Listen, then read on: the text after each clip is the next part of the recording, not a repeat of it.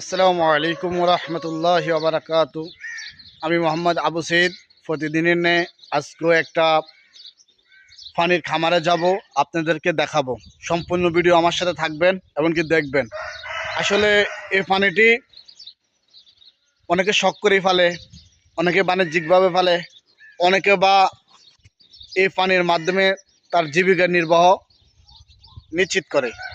এরসুলা তো চলেন আপনাদেরকে কি পানিটি দেখাবো তা আগে বলিনি।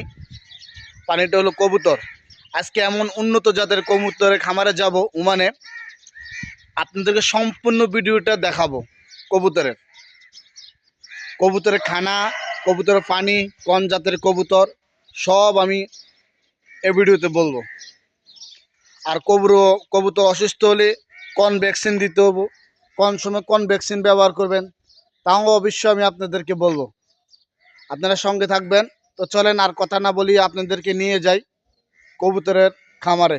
কবুতরের খামারে দেখেন, এখানে অনেক সুন্দর সুন্দর কবুতর, সবগুলো এক জাতের কবুতর। আপনারা আগে দেখছেন কিনা আমি জানি না, আমি আপনাদেরকে সম্পূর্ণ কবুতরটি দেখাচ্ছি।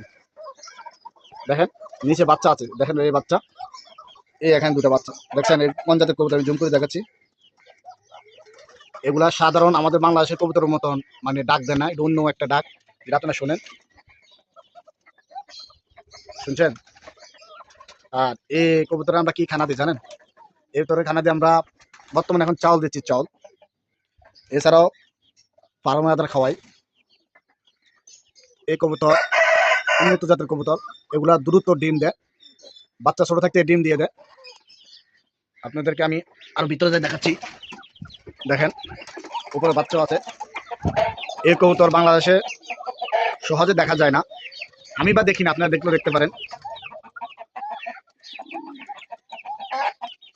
আপনারা যদি কবুতর পালন করেন তাহলে আবদ্ধ ঘরের মধ্যে এইভাবে টং বানাবেন বা বাক্স বানাবেন, বানিয়ে এইভাবে ফালতে পারেন। উন্মুক্ত পাললে তো খরচ কম, আচ্ছা আবদ্ধ কিন্তু খরচ বেশি। এই নিয়ে আমি আরেকটা ভিডিও বানাবো, যে আবদ্ধ কবুতর পালা কতটুকু লস, কতটুকু লাভ, কেমন ফায়দা আসে, বা কেমন মানে পারলে কিরকম লাভ আসে, তা নিয়ে একটা ভিডিও অবশ্যই বানাবো।